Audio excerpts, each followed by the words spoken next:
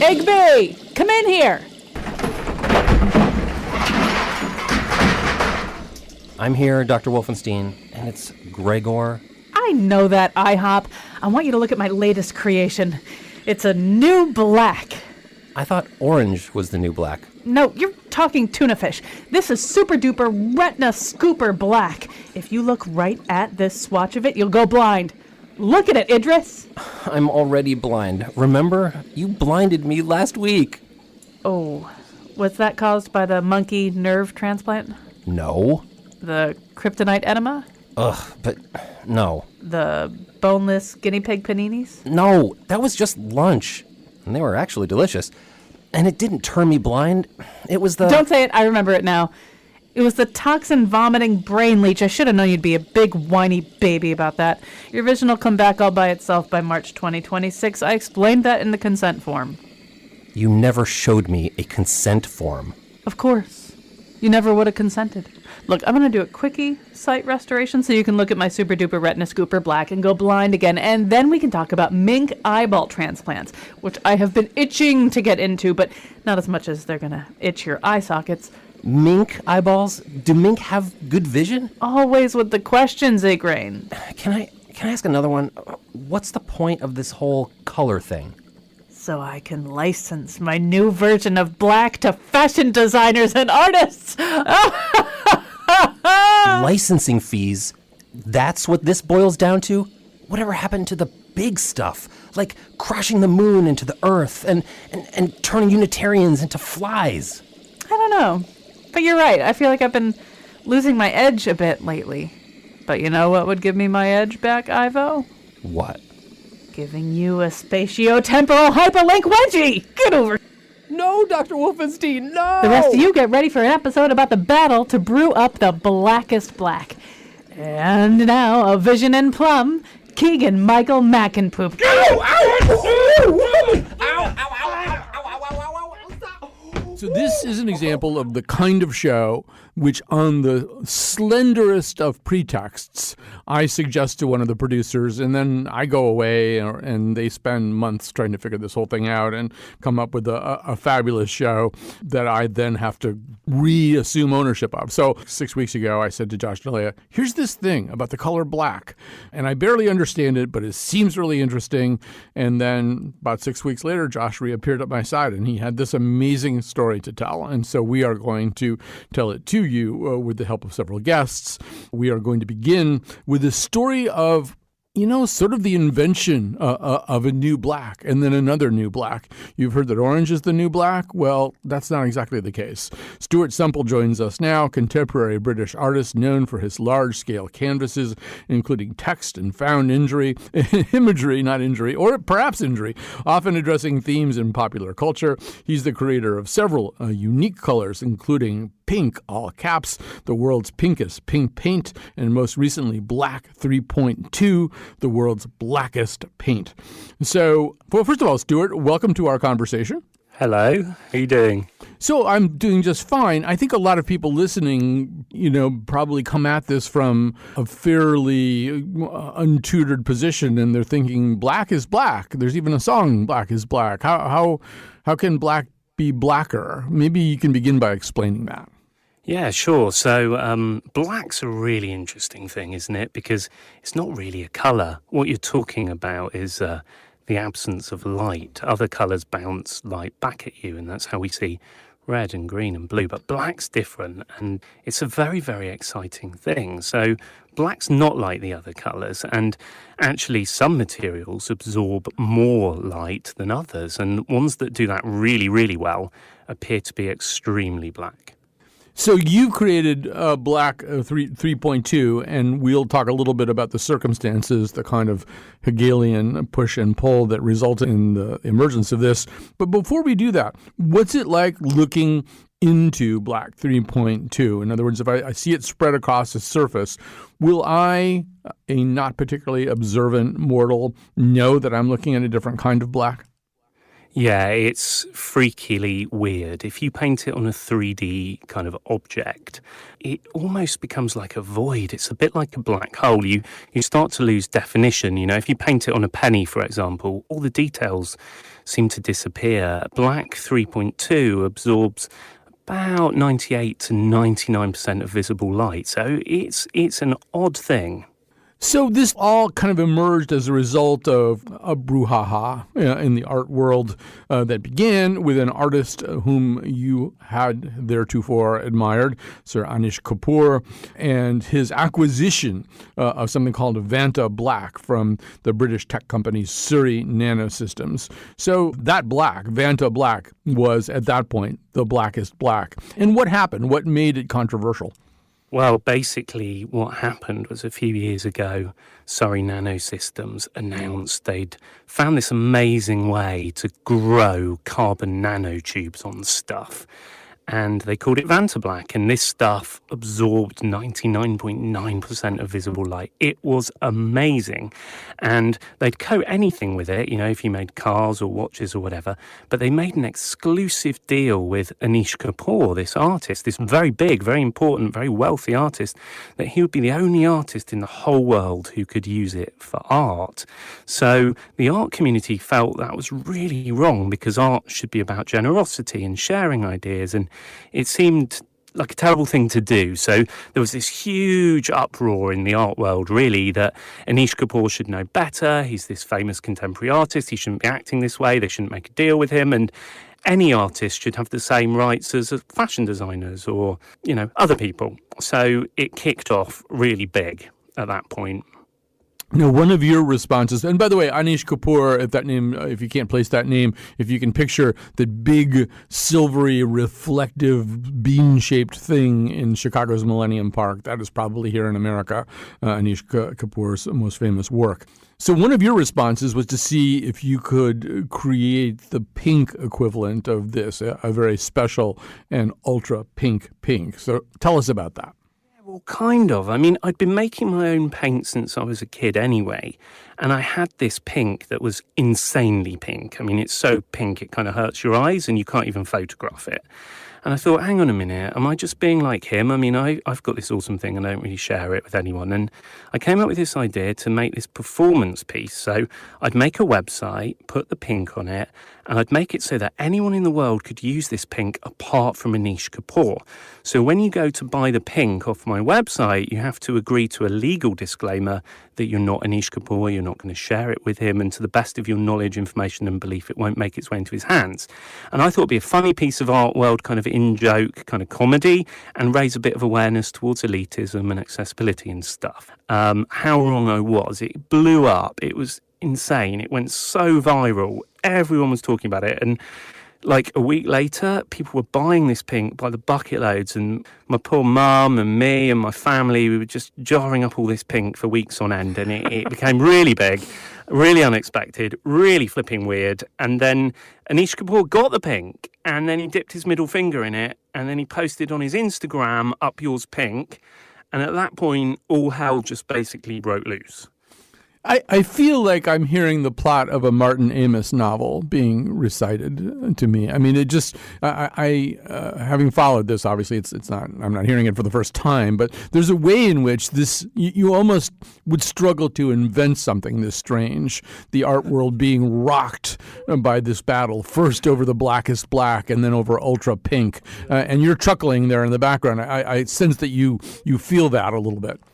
It's totally ridiculous. It's bonkers when you think about it. You've got two kind of artists fighting over these two colours, and obviously I do care about the colours, and I want art materials to be accessible. I'd love to have a world where everyone could express themselves with whatever they like, but it just became so comedic. And then he posted the thing, and then the whole community were asking me to make a black that was better than his black, and it kind of felt like the war was on at that point, And we're not even talking about Diamond Dust, the world's most glittery glitter, which you also made. Yeah, that was a bit cheeky.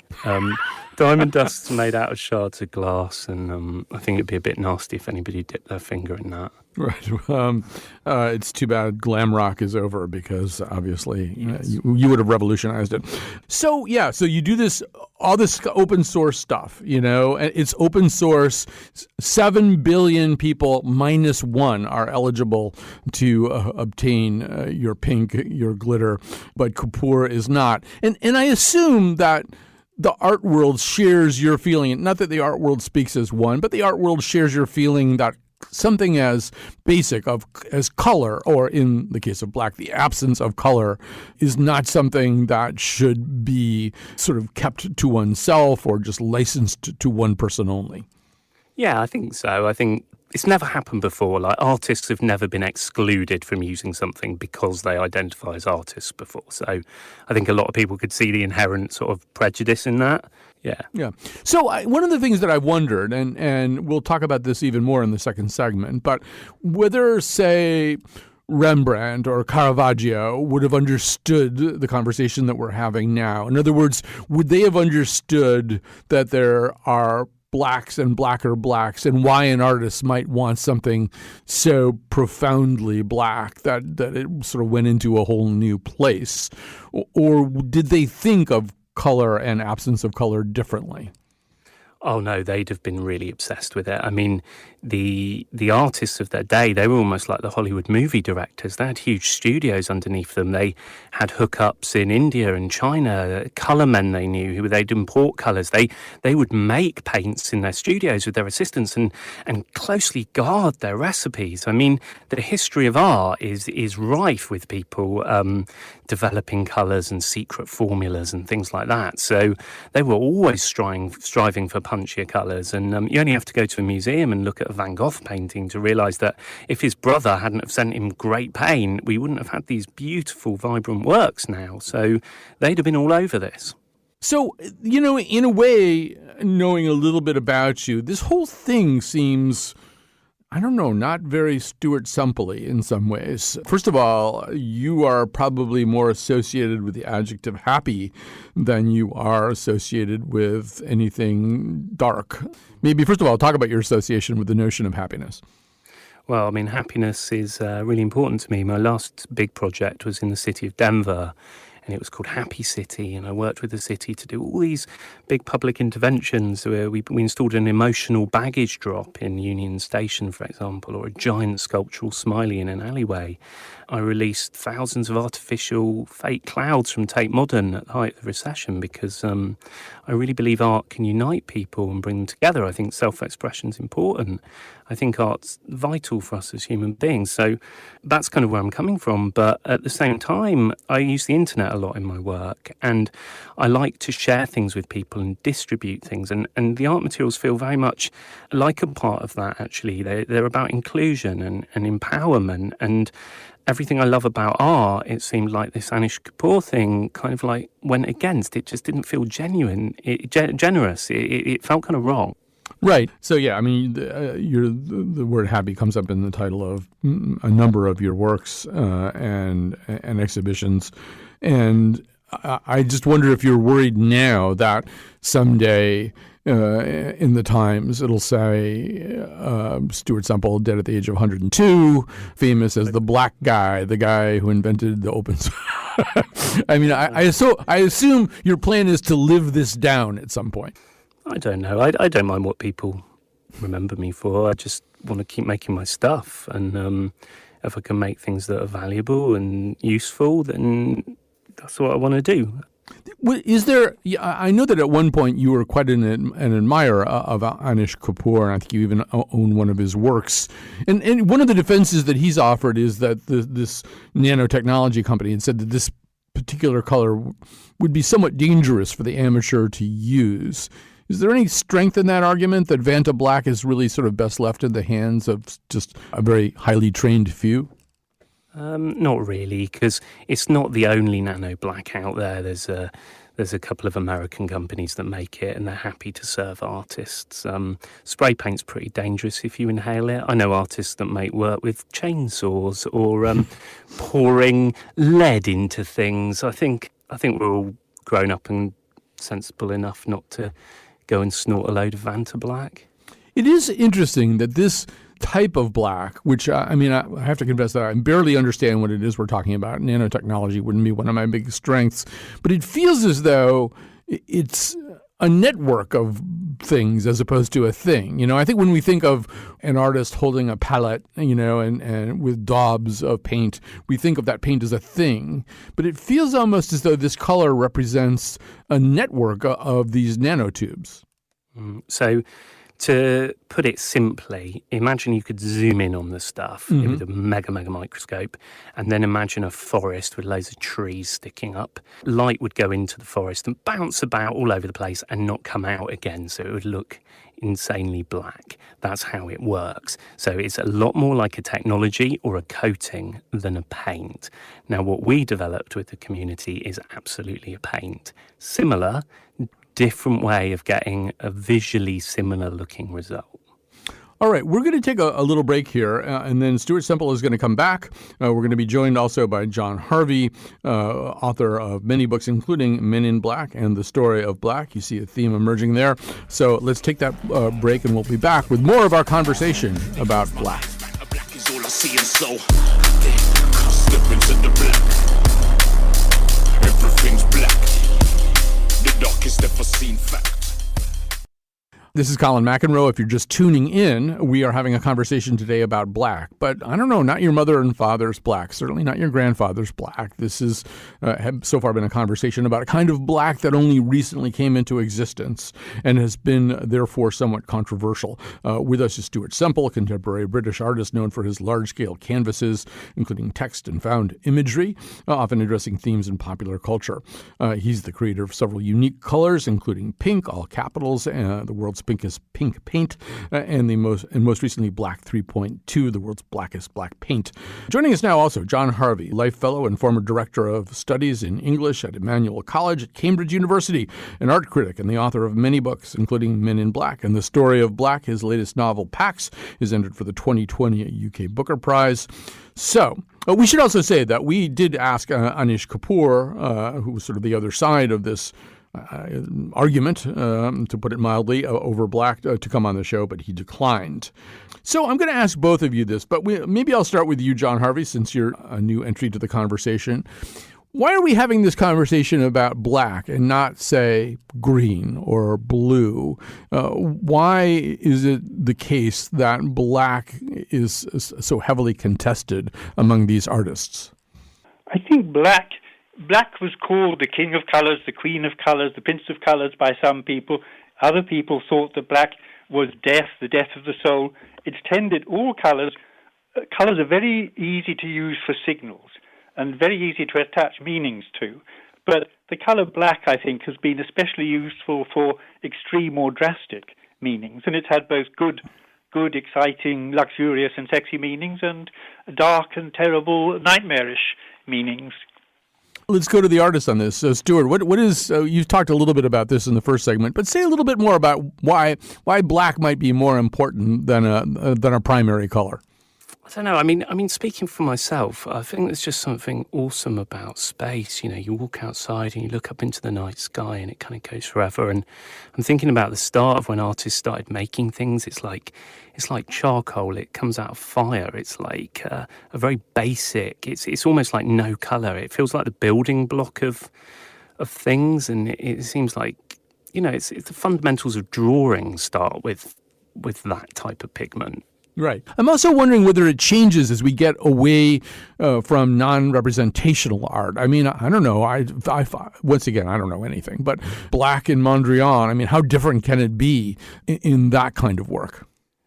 I think in contemporary work, the stronger and more potent the black, the more intense the work can be. I think it's useful for every artist. I mean, interestingly, there's a show on in London at the moment. It's a Rembrandt show, and we work with the curators to coat the walls in Black 3. And it really gives them a different context. And I can't help but thinking if Rembrandt had access to it, he'd have loved to use it.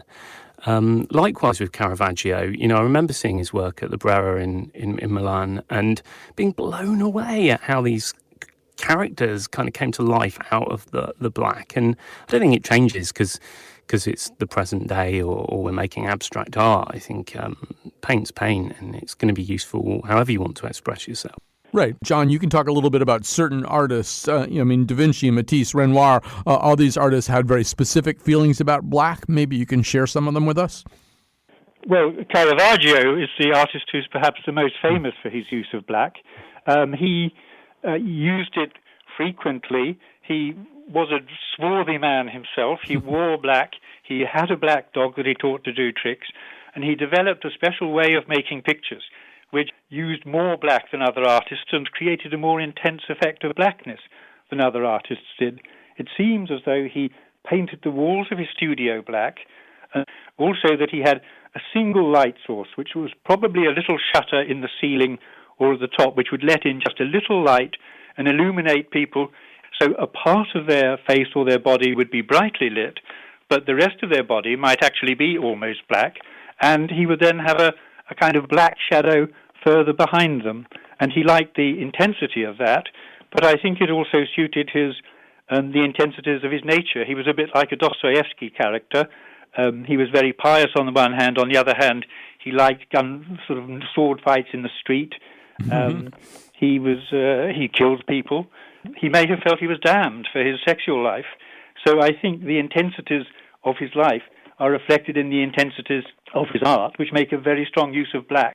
Right. As was said of Byron, Caravaggio was mad, bad, and dangerous to know. And so, I mean, it seems to me, John Harvey, that's the most obvious evocation of black, too. Someone has a black heart. The black is not, for the most part, associated with the forces of goodness. Light are the forces of goodness. Light probably is the thing that in our earliest days allows us to have some control over our environment in the part of the day that is night. So, I mean, does black have any positive associations? Well, on the one hand, there's black hearts, but on the other hand, women or attractive women may have black eyes, and they may have black hair.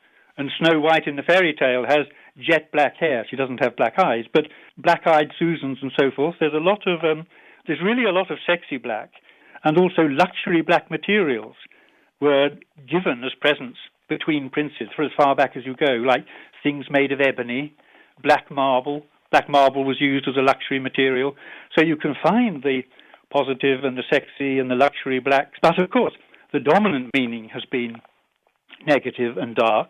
And if you think of the value black has in language, it's pretty much on the negative side, to do with death and shame and disgrace, much more than exciting black. Right. It does seem as though one of the ways that we react to black is the fact that at some level, we may not think about it consciously all the time, but we're going to get a lot less pigmented after we die. We're going to gradually turn kind of black. And I walked into an exhibit a couple of years ago at the Palais de Tokyo Museum in Paris, and they were kind of recreating the river Styx in this underworld, these little floating boats, and people could even get into them. And it was so dark, and that's the other thing that we are repeatedly told, right? That the underworld is dark, that when we die, our souls are also going to go to a place that is black. I think, and black is, as you said before, it is connected with night and darkness and the loss of light. And the river Styx sounds a wonderful thing to have seen, as exciting as seeing, almost as if it were Venter black. And actually, the American author Edgar Allan Poe likes black water.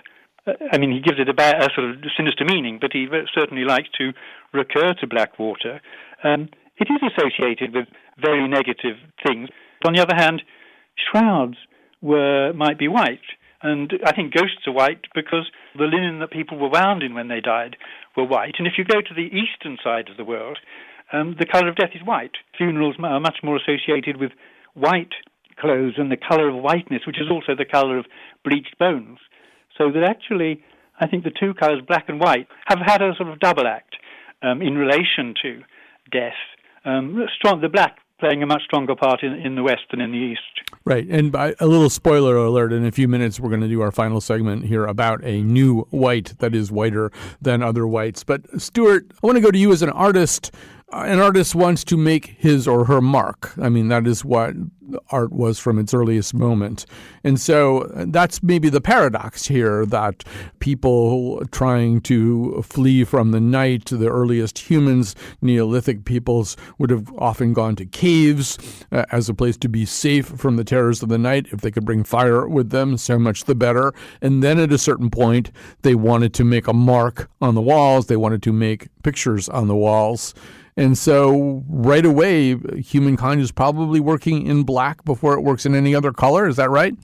It does seem to make sense that there'd be some sort of burning coal-like thing that was used, and presumably maybe a lot of that's faded away over the years, or we haven't seen it. But yeah, I think it's a basic human need, isn't it, to communicate or express in some way. And it does appear like we started doing that by making marks pretty early on, and I'd have thought they probably were quite black because that was the material that was there.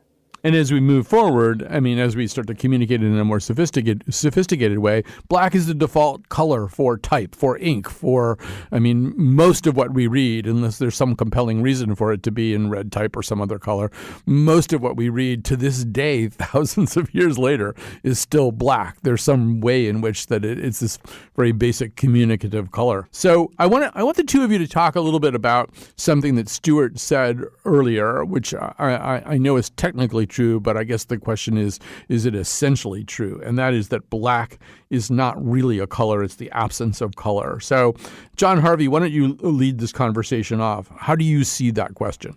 I think the interesting thing is that the color that black is a very low level of white. It is the same as white. It has the same balance of the spectrum colors that white does, the mix of all of them, but reduced to a very low level. Actually, if you have a sheet of paper which has only 10% of the normal whiteness of a sheet of white paper, it starts to look black to us. So in that sense, I think black is, as it were, you could say it's the tiny brother of white. It's a very low level of white light, or we invent a black as almost zero level of white light. On the other hand, the strong point for black, I think, is that we see black. It's not an absence of sight. That the way the retina works is that the cells at the back of it, they send an electrical signal both when a bright light reaches them and when they perceive a darkness. And I think the reason we do that is because when we were very primitive organisms, to find a safe, dark place was as important as seeing where you were in the daytime. Right. So, Stuart, just react to that. Yeah, I mean, I totally get the point. I mean, I have no doubt that it is seen. There is an experience of seeing something. I'm not saying that it's invisible, and I totally agree with the fact that there's a continuum between white and black, with one being 100% white and one being zero. My point of it not being a colour is more from a sort of physics point of view, in terms of we perceive colour by the wavelengths of light that are bounced back off an object. So a red thing absorbs all the other colours apart from red, which is bounced back into your eye, which you therefore perceive. And what we're starting to see with some of these, what you could call super black materials, is that as they're sucking in more and more light, less and less is being bounced back. So from my point of view as a painter, I can dig up cobalt from the earth and it's blue, and I can hold it in my hand and I can tangibly say that's some blue colour, or I can find some cadmium and say, that's pretty red. With black, I struggle to comprehend it as a colour, because for me, we're not looking at colour, we're looking at the anti-effect of light. So maybe it's just a nuance in language, and me and John are saying the same thing in a different way. But before I go back to John on that, though, it intrigues me, and I had devoted zero thought to this until we were getting ready for the show, but whether we're talking about your black or Kapoor's black, we're always talking in terms of the high 90% of light, right? That it's absorbing 96% of light, 99% of light. So presumably there's no such thing, or we have yet to see, maybe it exists in space, I have no idea, but Stuart, we have yet to see actual true 100% black? No, because I think to sort of be annoying, you can close your eyes and put your jumper over your head. And it's pretty dark. It's free. No one can license it. I think we can get there.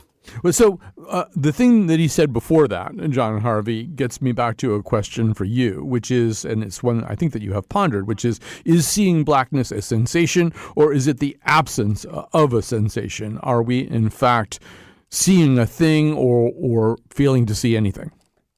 I think, well, how you see black, I think, depends partly on what else you're seeing. So that if you're in total darkness, I don't think you think you're seeing black. I think you think you're seeing black when you can perceive some contrast between the black thing and brighter things around it. But when you have that contrast, I think the black registers very strongly, and even more strongly with these 3.0 or Venta black. And as to finding black pigment, I take Stuart's point about the coloured pigments and blues and reds that one can mix to make a paint. But also people have made black paint since the beginning of time, especially using soot. The Egyptians did it, and the people in the caves did it, as you said earlier, Colin. So, we'll leave that question because we'll let our listeners have fights about it over their cocktails tonight. But I want to just talk a little bit about the paradox of black, John Harvey, particularly in the world of fashion. We see two different things happening. One of them obviously is, whether we're talking about Coco Chanel or somebody else, the notion of black being a huge part of high fashion, being something elegant. That's why we have all these conversations about whether orange is the new black. Something's always the new black because black is so profoundly fashionable. But there's this profoundly chic notion about black.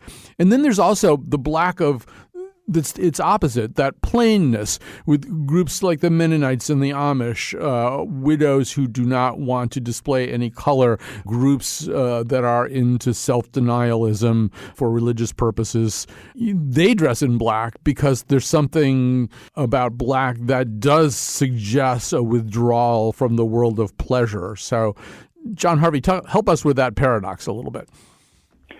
Well, I think black does have these opposite values. It can be very conspicuous and smart, but it can also be very inconspicuous. It can be a way of disappearing. And for instance, in the Japanese puppet theater, the people working the puppets wear black themselves. So you're sort of, in a way you see them, but you're supposed not to see them. They're invisible. And I think black has been worn for self-effacement, for invisibility, for as long as it has been worn by other people to show their wealth or to show their smartness.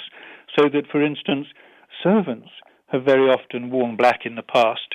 They've had sort of plain black liveries. I suppose what makes a big difference is luster. If the black material has some sort of luster or sheen or shine to it, reflects a bit of light somewhere, and so that you perceive a certain richness of texture or a certain quality of material, then it lends itself very much to smart or even dramatic and sexy use. If it is dulled, without reflectiveness, without luster, then it's very good for mourning and for shame and humiliation and for penitence. And what is interesting is the Victorians developed an enormously elaborate sort of style of dress suitable to funerals, developed much more elaborately by the ladies than by the gentlemen. But the point about black for mourning was that it should have no luster. So that for a period they wore sort of lusterless black silk, other materials, with every step taken possible to remove luster and shine from it. And then as you moved to half mourning, you began to be allowed to wear a little bit of black jewellery like the jet stones and so forth. But monastic orders have tended, a lot of them, to wear a very plain, light-absorbing, unreflective black. This black of anonymity, black of self-effacement, black of humility, and an extreme of grief and shame. There are these opposite extremes. Stuart, there's another group of people who wear black, at least in stereotype, and that would be artists and intellectuals. And if I try to have a mental picture of Jackson Pollock, I imagine him in black, Sartre and de Beauvoir sitting around in black. So what's that all about? It's not about self-denialism. It's probably not about being chic either. But I do think, anyway, of the cognoscenti dressing in black. I don't know. I mean, I spend a lot of my time at art fairs, and there's definitely a sort of international art world black going on. There's a lot of art sort of dealers looking like that. I'm thinking of Andy Warhol in the 80s in his black leather jacket and his skin-tight black jeans. I think there's a style to it. I think there's just something kind of chic and artistic and a bit sort of Parisian about the whole thing, isn't there? And something kind of glamorous and a bit sort of bohemian-ish, and also the fact that we're always thinking about what we're going to make all the time, and it's kind of easy to throw on something black. You can't really go wrong. It's like the easy choice of what to wear without looking bad, maybe. And I also feel, Stuart, that if I were to take a stroll around MoMA today or the Pompidou, I'd see a lot of color. We just did a show last year on Sol LeWitt. We'd see these, bright lines in colors. I'd see Rothko's reds. And I wonder, where is black these days in terms of the art world? Is it the powerful thing that Caravaggio made it to be? Gosh, you're asking about something. But there's so much art being made. Just in this last minute, probably 1 million artists have finished something, and they're making all sorts of everything all the time. Really, like, if anything, for me, I'm sort of seeing the art world move towards video and performance and interactive and digital anyway, and really maybe colour's not the same conversation it was before. I think art's kind of moved on a lot, although there's fantastic colorists going on, and it's still happening. I just don't think it's, I don't think we're really having the debate about colour in art that we have in the past. There's been huge periods in art history where we've had big old discussions about that. It doesn't seem to be as much on the radar. So, Stuart Semple, if John Harvey would like to get a tube of your Black 3.2 and stop seeing it on his computer, how does he do that? You can go to culturehustle.com. Culturehustle.com. And as long as you're not Anish Kapoor and you confirm you're not Anish Kapoor, we will send it to you for what it costs us to make. Just the point on the computer thing, the pixels on your screen are either on at 255 or off at 0. There's very little differentiation. So I'm all about seeing art and colour in real life, which is why people need to get off their screens and go to museums and see real colour, not these fake RGB backlit versions of art. It's really bad. All right. So, John Harvey, you can own a tube of this black, and I would imagine someone as interested in black as you are might be interested in such a thing. Thank you very much. Can I just ask, does Stuart have a black work easily seeable at some gallery or place in London where I could actually see his black, not on the computer screen, but actually in practice? Great question. It's a great question. Sadly not, because interestingly, John, it's actually too black for my paintings. It's too much. I can't cope with it. So I don't actually use it. For me, the artwork is actually the object of the paint, and to send that to other artists. So it's like that empowering kind of performance. So it's not so much that I kind of want to use it in work. The art is the fact that there's huge art communities using it to make great art. And there's lots of them using it. You can go to the Rembrandt show at the Dulwich Picture Gallery, and you can see the walls that the curators have painted with Black 3 against his paintings, and it's a nice experience. You have to be careful, because I did read, as I was getting ready for the show, about a thing Kapoor did, I think in Portugal, where he was trying to illustrate the abyss, and it was like this 8-foot pit, but the black that he used on it was so solid looking that a man walked right into it and fell into the pit, because it didn't look like a hole. It looked like a thing. So black can be dangerous, too. All right. Well, you guys have been so great to talk to us. Stuart Semple, contemporary British artist and the creator, most recently, of Black 3.2, but also the world's pinkest paint, P-I-N-K. John Harvey, a Life Fellow and former Director of Studies in English at Emmanuel College at Cambridge University, the author of many books, including Men in Black and The Story of Black. Thank you for being with us today. Well, our pleasure. Thank you. All right. Deep breath, everybody. We're going to take a little break here, and when we come back, we're going to switch gears. We're going to switch gears to white, but the whitest white of all whites. And I had a dream. It was all black, everything.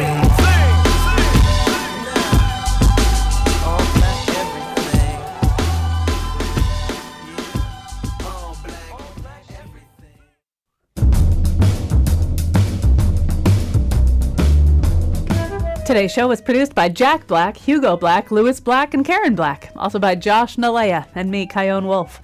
The part of Bill Curry was played by Rebecca Black, but only on Friday. Gotta get down on Friday. In the last 8 years, that Rebecca Black video has been watched 139 million times. Think about that. That's more than the population of Canada, Saudi Arabia, and Peru combined.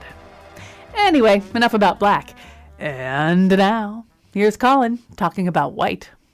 We have been talking for a long time now about blacks, and blacks that are blacker than the blackest black you've ever seen splashed on a canvas or in the night sky. But we are going to, I guess, go to the other part of the spectrum, although I've just been re-educated about that whole question about the difference between black and white. But joining us now is Silvia Vignolini, Associate Professor at the University of Cambridge in Chemistry and Bio-Inspired Materials. She's a lead researcher and creator of a new ultra-white coating modeled on beetle scales. So welcome to our conversation, Silvia Vignolini. Thank you. Thank you for inviting me. It's a pleasure. So let's start with the beetle itself. What is the name of the beetle and why is it so extremely white? This beetle is called Cyphrosilus, and it's white. The reason why it's white, we still don't know. So we don't know from our colleague biologist, the zoologist, what is the function of this whiteness. So there are some theory that the beetle lives on white mushrooms. So it uses this whiteness to camouflage itself, but there is no real answer into this puzzle, so we still don't know why it's white. And what we know for sure, it is really efficient to make white with an incredibly small amount of material. Right. So when you say a very small amount of material, the white is achieved by a very, very dense structure of scales, I guess, right? But tell us more about this. Essentially, in general, to make white is not that difficult. Lots of things around us are really white. So even if milk itself, it's white in a glass. So it's not difficult to achieve white. What it is challenging is to achieve white with a really small amount of material. So if you think about, for example, something that is familiar to us, white paint, and you want to paint a wall, for example, that is before has been painted with a strong coloration like red or also even black, you know for your experience that you have to apply many layers of paint in order to have a really nice white coverage. And instead, if you are able to mimic the structure of the beetle scale, it would be possible to achieve whiteness using 20 times less of the material. I know that this white that you are working on right now is not commercially available, not popularly available. But does it have a name yet? What is it going to be called when we really begin to see it and hear about it? You know, when I was asked this question before, we say it doesn't have a real name because it's still white. But maybe if we want to give it a name, we will call it Cypher White because it's inspired to this fancy beetle. Right. And so, you know, it's sort of interesting because we talked earlier in the show about this incredibly black that's achieved through a very dense network of carbon nanotubes. This is done entirely through technology, entirely in laboratories. It seems as though this beetle has done the same thing with white, but just in nature somehow, right? It basically has created a network of scales that perfectly reflect light. Exactly. I think this is what is really fascinating of this research is because in principle you can achieve functionality that for us it's challenging to achieve in the lab, but in a cell in the condition of relative humidity and room temperature, and this is incredible. And we started to think how the beetle develop the material, and we started to think how we can also try to make similar material copying the strategies that nature essentially develop. And therefore we started to use a material that is really similar to the one used by the beetle. The beetle uses chitin, that is a polysaccharide, and we started to use cellulose, that is a similar polysaccharide, but it's more abundant and it comes from plants. And we can reproduce the same type of network that allows us to obtain this white using really small amount of material. So I'm trying to imagine a whiter white than what I'm familiar with. So when I think of white, because I'm sometimes a writer, I think of a blank page of paper, which is dauntingly white. I'm assuming the white we're talking about is whiter than that.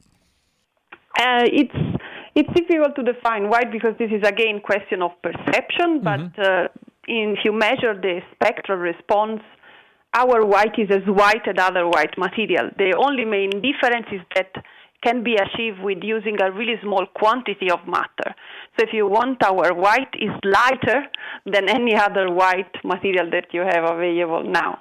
So in other words, if I want to paint my red house white with normal paint, it's going to look pink probably on the first coat, and I'm going to have to put a lot of coats and thicknesses of paint on so that the other color doesn't show through. I'm sensing that someday I won't have to do that this small amount of this powerful white will do the job. Exactly. It has a really good coverage, essentially. You can achieve the same brightness of white, the same intensity of white using 20 times less material. And I'm also intrigued, too, because a couple of years ago I had a small brush with melanoma, but as a result of that, I have to be very careful about what I put on my face to make sure that I don't get too much sun exposure. And whenever I do that, I'm always wondering, well, what chemicals are in the stuff that I'm putting on my face to keep me safe, and are they all safe chemicals? So I'm liking the idea of this, which seems to be derived exclusively from these very natural products. You did touch one of the main important application of this material, because the material is cellulose, so it's really like biocompatible, it's even edible. So what you put in your face is essentially it's a cream that contains titanium nanoparticles, and these titanium nanoparticles have been proved that they are not 100% safe. So ideally, and more in general, to try to substitute this methodology with more biocompatible material, it's not only better for us, but in principle it's also better for the environment, because cellulose is the most abundant biopolymer that we have available on the planet, and therefore it's also renewable, is a sustainable resource. It seems there's almost a moral lesson in all this, which is that, all over the world we have chemists working in all kinds of laboratories trying to develop various products, various advances using complicated chemical combinations. And here you've found a way to do this pretty amazing thing, just using what's present in nature, just taking what these beetles are doing and mimicking it with a natural source. Yeah, we are really proud about this because this was one of the fortunate events, and this is really important because the first time that I went to a colleague and I said that I study the optical property of a beetle, everyone was kind of surprised and asked me, why would you do that, right? And the reason why we did it is to understand how this insect could manipulate light. But when we did it in the first place, we were not thinking about application. It was really trying to understand what type of structure they can develop. It was really fundamental type of question, a fundamental science question, with not an application, a directed application in mind. But when you understand how things work, you can also then come up with good ideas on how you can exploit it in everyday life. And this is why it's really important also to support blue sky research, where we don't have at the beginning a clear idea of what is going to be the application, because often when we do so is when we find really revolutionary concept that can be applied to and impact really the society. All right. So don't step on a beetle because it might hold the key to the future in it. And we obviously cannot get this white yet, but we look forward to it. I think it should be called Silvia White, but who knows what it'll be called. Silvia Vignolini, Associate Professor at the University of Cambridge in Chemistry and Bio-Inspired Materials, lead researcher and creator of a new ultra-white coating modeled on these beetle scales. Thank you so much for spending time with us today. Thank you. Thank you very much. And to those of you listening, thank you for spending time with us, too. As usual, we've told you some stories that you didn't know anything about and might stretch your imagination a little bit. So come back tomorrow and we'll do it again.